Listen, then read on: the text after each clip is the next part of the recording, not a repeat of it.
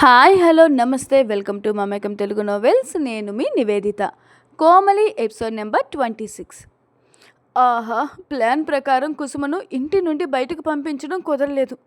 కాబట్టి ఆనంద్ని హైదరాబాద్ వచ్చేయమని చెప్తే ఎస్, అప్పుడు నాకు ఇక టెన్షనే ఉండదు. ఎక్కడికన్నా అక్కడ నాకు నచ్చినట్లుగా స్వేచ్ఛగా ఆనందంగా ఆనంద్తో కలిసి తిరగచ్చు. తనకి కూడా నా లైఫ్ స్టైల్ ఎలా ఉంటుందో తెలిసేలా చేసేయచ్చు. ఎప్పటికీ ఆనంద్ నావాడే అవుతాడు. వెంటనే వెళ్ళి ఆనంద్తో మాట్లాడాలి. కానీ తను ఎక్కడికి వెళ్ళినట్టు? 2 రోజులుగా ఒక ఫోన్ లేదు, మనిషి కనిపించటం లేదు. నేనే ఫోన్ చేసినా రెస్పాన్స్ లేదు. ఏమైంది తనకి అని ఆలోచిస్తుండగా బయట బైక్ సౌండ్ వినిపించడంతో ఆనంద్ వచ్చినట్టున్నాడని బయటకు వెళ్ళి చూసింది. అక్కడ గేట్ తీస్తూ కనిపించిన ఆనంద్ దగ్గరికి పరిగెత్తుకుంటూ వెళ్ళింది. ఆహా, వచ్చేసావా? ఏమైంది ఆనంద్? 2 రోజులుగా నీకోసం ఎంత వెయిట్ చేస్తున్నానో తెలుసా? ఒక్క మాటైనా చెప్పకుండా అలా ఎలా వెళ్ళిపోతావు అంటూ ప్రశ్నల వర్షం కురిపించింది Komali. I am really sorry Priya.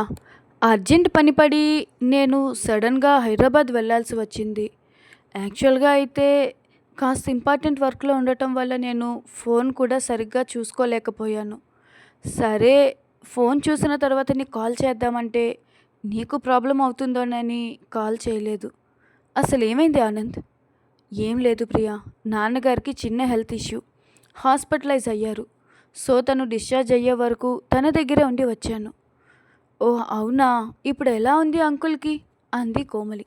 Present బాగానే ఉన్నారు, కానీ కొంచెం రెస్ట్లో ఉండాలి అన్నారు. అవునా, అసలు ఏమైంది అంకుల్కి? అదంతా ఒక పెద్ద కథలే ప్రియా, తర్వాత చెప్తాను. నీకు చెప్పకుండా వెళ్ళడం నా తప్పే. ఐఎమ్ రియల్లీ సారీ అంటూ రిక్వెస్టింగ్గా చెప్పాడు ఆనంద్. ఆహా, ఇంత చిన్న విషయానికి క్షమాపణ ఎందుకు? నువ్వేం కావాలని వెళ్ళిపోలేదు కదా. అంకుల్ కండిషన్ అలా ఉంటే నీ పొజిషన్లో ఎవరున్నా అలానే చేస్తారు. సరే సరే, చాలా దూరం నుండి వచ్చావు కదా, నువ్వు ఫ్రెష్ అవ్వు. నేను కాసేపటి తర్వాత వచ్చి కలుస్తాను. నీతో చాలా విషయాలు మాట్లాడాలి ఆనంద్ అంది కోమలి. కోమలి అంత ఈజీగా మూవ్ అవ్వటంతో తను కూడా చాలా హ్యాపీ అయ్యాడు ఆనంద్. నన్ను ఇంత బాగా అర్థం చేసుకున్నందుకు చాలా థ్యాంక్స్ ప్రియా. నేను కూడా నీతో చాలా విషయాలు మాట్లాడాలి. సరే సరే, 1 అవర్లో వస్తాను. ఏమైనా తినడానికి తెస్తాను. ఈలోగా నువ్వు ఫ్రెష్ అవ్వు ఆనంద్ అంది కోమలి. పర్లేదు ప్రియా, ఆన్ ది వే భోంచేసి వచ్చాను కాబట్టి ఆకలిగా లేదు. బాయ్. కోమలి మనసులో ఉన్న ఆలోచనలకు ఫుల్ స్టాప్ పెట్టేందుకు ఆనంద్కి చెప్పిన గంట సమయం కూడా పూర్తి కాకుండానే అతడిని కలిసేందుకు వెళ్ళింది. అప్పటికే స్నానం చేసి టవల్తో ఉన్న ఆనంద్ తన ఒంటిపై ఉన్న నీటి బిందువులతో తన మజిల్స్ మరింత ఎక్స్పోజ్ అవుతూ ఆకట్టుకునేలా ఉన్నాడు. చిందరవందరగా ఉన్న జుట్టు నున్నగా సేవ్ చేసిన గడ్డంతో మెస్మరైజ్ చేసేలా ఉన్నాడు. కోమలిని ఉన్న చోటనే నిలబడిపోయేలా చేసింది అతడి అందం. చూస్తూనే అమాంతం అతడిని వాటేసుకోవాలి అని కోరికగా ఆమె మనసు ఊగిసలాడింది. ఇంతలో కోమలి రావటం గమనించిన ఆనంద్ వెంటనే సిగ్గుపడుతూ గదిలోకి వెళ్ళిపోయాడు.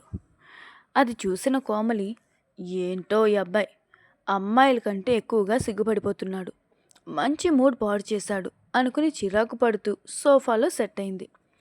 టీషర్ట్ వేసుకుంటూ బయటకు వచ్చిన ఆనంద్, సారీ ప్రియా, నువ్వు రావటం నేను గమనించుకోలేదు అన్న మాటలకు కోమలి, ఆహా పర్వాలేదులే, నిజానికి ఇంకాసేపు నువ్వు చూడకుండా ఉంటేనే బాగుండేది.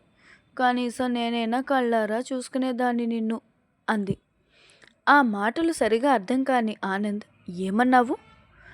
ఆహా, ఏమంటే ఏముందిలే, ఇక్కడ ఎవరి ప్రవర్తన ఎలా ఉందో తెలియటమే లేదు. అబ్బాయిలేమో అమ్మాయిల్లా సిగ్గుపడుతున్నారు, అమ్మాయిలు అబ్బాయిల్లా ఎక్స్పోజ్ అవ్వాల్సి వస్తోంది అంది మూతి 3 వంకరలు తిప్పుతూ.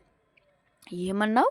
దొంగ, కనిపించవు కానీ నువ్వు బాగా చిలిపి పిల్లవే, నిన్ను అంటూ దగ్గరికి వస్తున్న ఆనంద్ని తప్పించుకునేందుకు ప్రయత్నం చేస్తూ సోఫా చుట్టూ పరుగులు మొదలుపెట్టింది కోమలి. ఆమె వెంటే పట్టుకునేందుకు ప్రయత్నిస్తూ ఆనంద్ కూడా పరుగు మొదలుపెట్టాడు. అటూ ఇటూ ఇద్దరు పరుగులు పెడుతూ ఇల్లంతా తిరుగుతున్నారు. ఇంతలో ఒక చోట కోమలి ఆనంద్ చేతికి చిక్కడంతో వెనక నుండి వచ్చి ఆమెను గట్టిగా పట్టుకున్నాడు. చిన్నగా ఆమె ఒంటిలో కరెంట్ షాక్ కొట్టినట్లయింది. ఎక్కడికి పారిపోతావు అంటూ ఆమె 2 చేతులను ముందుకు మడతపెట్టి అతని చేతులతో ఇంకా గట్టిగా పట్టుకున్నాడు. అతని వెచ్చని శ్వాస కోమలి మెడవంపుల్లో తగలడంతో ఒక్కసారిగా మతిపోతున్నట్టుగా అయింది ఆమెకి. ఆనంద్కి కూడా కోమలి నడుము భాగం చేతికి తగలడంతో ఒక్కసారిగా ఏదో తెలియని విచిత్రమైన ఫీలింగ్ కలిగింది. అంతే, కాసేపటి వరకు ఇద్దరి మధ్య మౌనమే రాజ్యమేలింది. వదులు ఆనంద్, ఎవరైనా చూస్తే బాగోదు అన్న కోమలి మాటలకు నిజంగానే వదిలేయాలా అన్నాడు ఆనంద్ చిలిపిగా. ఆహా, మరీ అలా అడిగితే ఏం చెప్తాను, కానీ ఇలా మనల్ని ఎవరైనా చూస్తే బాగోదు కదా. అంటే ఎవరు చూడకపోతే పర్వాలేదా అన్నాడు ఆనంద్ కొంటిగా.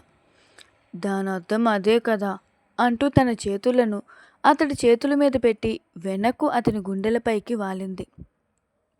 ఒక్క క్షణం పాటు అలానే ఉండిపోయాడు Anand. I'm so lucky Priya.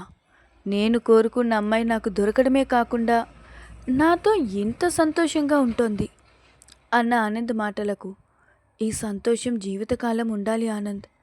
ఎప్పటికీ నువ్వు నాకు మాత్రమే సొంతం కావాలి అంటూ ముందుకు తిరిగి అతని కళ్ళల్లోకి కళ్ళు పెట్టి చూసింది. అయినా నీ పిచ్చి, కానీ మనం ఎందుకు దూరం అవుతాం ప్రియా? మనల్ని ఆ దేవుడే కలిపాడు. నా ప్రేమలో స్వచ్ఛతను తెలుసుకుని నేను కోరుకునే అమ్మాయిని నా సొంతం చేశాడు. ఒక్క క్షణం కూడా మనం దూరంగా ఉండం, సరేనా అంటూ సముదాయించాడు. అది కుదరదు ఆనంద్, మనం దూరంగా ఉండాల్సిన టైం వచ్చేసింది. ఈ సోమవారమే నా ప్రయాణం. హాస్టల్లో జాయిన్ అవ్వాలి నిట్టూర్పుగా చెప్పింది కోమలి. అయినా ఇక్కడ ఈ ఊర్లోనే కాలేజ్ పెట్టవలసింది నువ్వు అన్నాడు ఆనంద్ కాస్త విసుగ్గా. ఇప్పుడు ఏమైంది ఆనంద్, ఎలాగో మీ సొంతూరు హైదరాబాదే కదా, హ్యాపీగా నువ్వు అక్కడికి జాబ్ ట్రాన్స్ఫర్ చేయించుకోవచ్చు కదా ఆనంద్. కుదరదు ప్రియా, నేను రాలేను అన్న ఆనంద్ సమాధానానికి ఒక్కసారిగా చిన్నబుచ్చుకుంది కోమలి. సారీ ప్రియా అన్న ఆనంద్తో, ఆహా, ఇప్పుడు ఏమైంది ఆనంద్, హైదరాబాదులో అయితే మనిద్దరం హ్యాపీగా ఇలా భయపడవలసిన అవసరం లేకుండా ప్రతిరోజు కలుసుకోవచ్చు, మనస్ఫూర్తిగా ప్రేమించుకోవచ్చు, నచ్చినట్లుగా బ్రతకచ్చు కదా అంది ఆనంద్ కళ్ళల్లోకి చూస్తూ. నువ్వు చెప్పినవన్నీ నిజమే ప్రియా, కానీ హైదరాబాద్ అయితే నేను రాలేను. అసలు హైదరాబాద్ నగరం అంటేనే నాకు నచ్చదు. అయినా నీకోసం నేను తప్పకుండా వస్తాను, కానీ ఇప్పుడే కాదు. కొత్తగా చేరిన జాబ్ కదా, వెంటనే ట్రాన్స్ఫర్ అంటే కుదరదు. కాబట్టి ఒక 3-4 నెలల్లో ట్రాన్స్ఫర్ చేయించుకుని వస్తాను అంటూ చెప్పాడు ఆనంద్. ఆహా, అన్ని రోజులా? అయితే అప్పుడే ఇద్దరం కలిసి వెళ్దాం. అంతవరకు నేను వెళ్ళనమ్మా అని మొండిగా అంది కోమలి. అలా కాదు ప్రియా, నువ్వు వెళ్తున్నది చదువు కోసం, మనకి నచ్చినప్పుడు అవ్వదు కదా. అందులో క్లాసెస్ స్టార్ట్ అయిపోయాక మధ్యలో వెళ్ళినా అర్థం అవ్వటానికి కష్టమవుతుంది. సో ముందు నువ్వు వెళ్ళి జాయిన్ అవ్వు అన్నాడు ఆనంద్. అది కాదు ఆనంద్, నిన్ను దూరం చేసుకుని నేను వెళ్ళలేను. నువ్వు లేకుండా ఒక్క పూట కూడా నాకు గడవదు. నేను చూడకుండా ఒక్క గంట కూడా ఉండలేనేమో అనిపిస్తుంది అంటూ చిన్నపిల్లలా కన్నీరు పెట్టుకుంది కోమలి. ఏంటిది ప్రియా, చిన్నపిల్లలా? అయినా నువ్వేం దూరం వెళ్ళిపోవట్లేదు కదా, హైదరాబాదే వెళ్తున్నావు. వీకెండ్స్కి నేను వచ్చి నిన్ను చూస్తూ ఉంటాను. అయినా ఎంత చెప్పు, శుక్రవారం రాత్రికి ట్రైన్ ఎక్కితే శనివారం ఉదయం అయ్యేసరికి హైదరాబాద్ వచ్చేస్తాను అంటూ ప్రేమగా కోమలిని దగ్గరకు తీసుకుని కాస్త లాలనగా చెప్పాడు. ఆనంద్ మరీ అంత ప్రేమగా చెప్తూ ఉంటే కాదనలేక ఇష్టం లేకపోయినా తన మాటలకు కన్విన్స్ అయింది కోమలి. నిజంగానే ప్రతి వారం వచ్చి చూస్తూ ఉంటావు కదూ అంటూ అడిగింది కోమలి కళ్ళు తుడుచుకుంటూ. తప్పకుండా వస్తాను ప్రియా, నేను బ్రతుకుతున్నదే నీకోసం. నిన్ను విడిచిపెట్టి నేను మాత్రం ఎలా ఉంటాను చెప్పు అంటూ అన్నాడు ఆనంద్ కన్విన్సింగ్గా. అనవసరంగా హైదరాబాద్ పెట్టాను, ఇక్కడే పెట్టుకోవాల్సింది అని విసుక్కుంది కోమలి. అయ్యో ప్రియా, నువ్వెక్కడ పెట్టినా నిన్ను విడిచి నేను ఉండను, అర్థమైందా? నా చిట్టివి కదూ, నువ్వు ఇలా బాధగా ఉంటే నేను అస్సలు భరించలేను అంటూ ఆమె కన్నీళ్లను తన చెక్కిళ్లతో తుడిచాడు. వెంటనే ఆనంద్ని గట్టిగా హక్ చేసుకుంది కోమలి. కాలేజ్ హాస్టల్ అయితే ఎప్పటికప్పుడు బయటకు వెళ్ళటానికి, ఆనంద్ వస్తే కలవటానికి ఇబ్బంది అవుతుందని వర్కింగ్ ఉమెన్స్ హాస్టల్లో జాయిన్ అయ్యేందుకు ప్లాన్ చేసింది. వర్కింగ్ ఉమెన్స్ హాస్టల్ ఏంట్రా, చక్కగా కాలేజ్ హాస్టల్లో ఉంటే సమయానికి ఆహారంతో పాటు చదువు కూడా చక్కగా నేర్పిస్తారు. మీ 7 పిల్లలు ఉంటారు కాబట్టి నీకు కూడా ఊసుగా ఉంటుంది. కాంపిటేటివ్ స్పిరిట్ పెరుగుతుంది అన్నారు కృష్ణమూర్తి కోమలి మాటలు విని. ఆహా, కాంపిటేటివ్ స్పిరిట్ పెరగడం కాదు, గొడవలతో తలనొప్పి పెరుగుతుంది. అయినా మీకు తెలియదు నాన్నగారు, కాలేజ్ హాస్టల్ అంటే ఎన్ని రాజకీయాలో. ఒకళ్ళ మాట వేరొకరికి పడదు, ఒక డిపార్ట్మెంట్ వాళ్ళు వేరొక డిపార్ట్మెంట్తో మాట్లాడుకోకూడదు, రూమ్మేట్స్ మధ్యలో గొడవలు. నా వల్ల కాదు బాబు.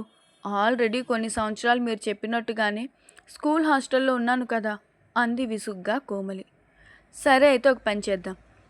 ఆ ఊర్లోనే వీరభద్రం అని నా చిన్ననాటి స్నేహితుడు ఉంటున్నాడు. వాళ్ళ పిల్లలు ఉద్యోగాల నిమిత్తం అమెరికా వెళ్ళిపోయాక పైన పోర్షన్ ఖాళీగా ఉంటోందని పేయింగ్ గెస్ట్లాగా కొంతమంది పిల్లల్ని పెట్టుకుని ఉంటున్నారంట. ఫుడ్ కూడా ఇంటి భోజనంలా ఉంటుంది, కాబట్టి అక్కడ జాయిన్ చేస్తాను అన్నారు కృష్ణమూర్తి. అంతే, నోట్లో వెలక్కాయ పడినట్లుగా అయింది కోమలికి. తాను తలచింది ఒకటి, ఇక్కడ జరుగుతున్నది మరొకటి. ఇప్పుడు కోమలి ఎటువంటి నిర్ణయం తీసుకోబోతోంది అనేది నెక్స్ట్ ఎపిసోడ్లో చూద్దాం. అదండి ఈరోజు ఎపిసోడ్. విన్నారు కదా, మళ్ళీ రేపటి ఫ్రెష్ అండ్ ఇంట్రెస్టింగ్ ఎపిసోడ్తో మీ ముందుంటాను. Until then keep smiling. Bye bye. మీ నివేదిత ఆదిత్య.